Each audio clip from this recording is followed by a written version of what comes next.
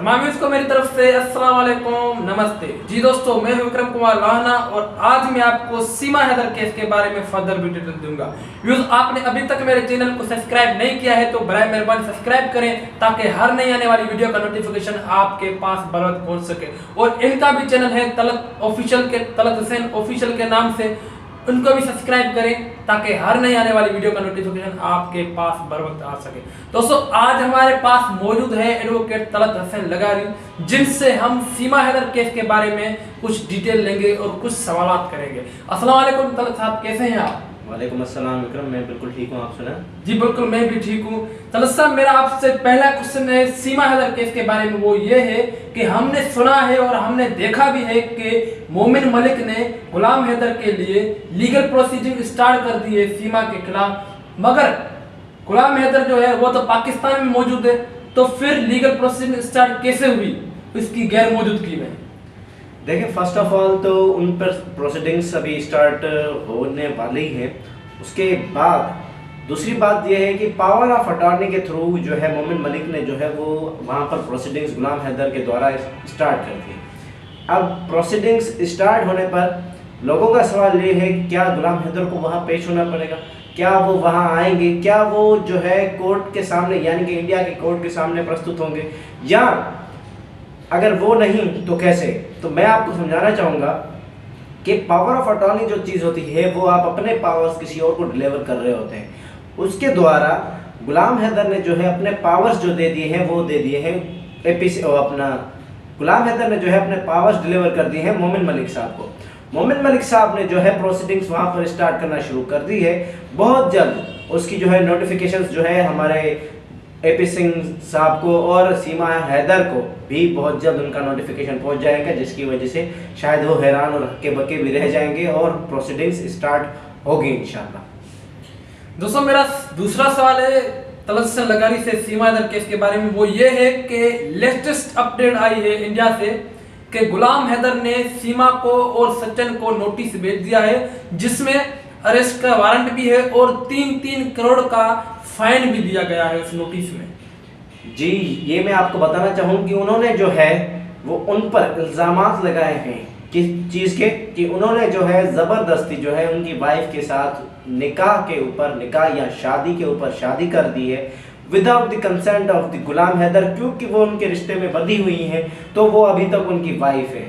तो उस पर जो है गुलाम हैदर ने लीगल नोटिस भेजा है एक मोमिन मलिक के द्वारा एपी सिंह और उनकी जो क्लाइंट है, जो कि कहते हैं कि वो उनकी क्लाइंट है जबकि नहीं है, उनकी क्लाइंट को ये नोटिस भेजा है कि आपने जो है ये कैसे किया। और उसके अलावा लप्पू को भी भेजा है ये नोटिस कि तुम ऐसा कैसे कर सकते हो कि तुमने जो है किसी शादीशुदा औरत के साथ विदाउट जो कंसेंट यानी कि उसको तलाक मिले बगैर किसी और औरत के साथ तुम शादी कैसे कर सकते हो, इस बिना पर। और उस पर एक्शन भी होंगे। हाँ जी हाँ, उसी पर उन्होंने डैमेजेस क्लेम किए हैं 3 करोड़ रुपए। अब 3 करोड़ तो लप्पू देने से रहा, लेकिन क्योंकि वो 3 करोड़ नहीं दे पाएगा तो उस जुर्माने के हर्जाने में वो जो है जेल जाएगा। दोस्तों, मेरा तीसरा सवाल है तलत हुसैन लगारी से सीमा हैदर केस के बारे में।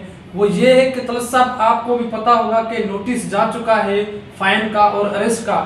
क्या लगता है कि आपको क्या लगता है कि ये नोटिस, इस नोटिस पे अमल होगा या नहीं?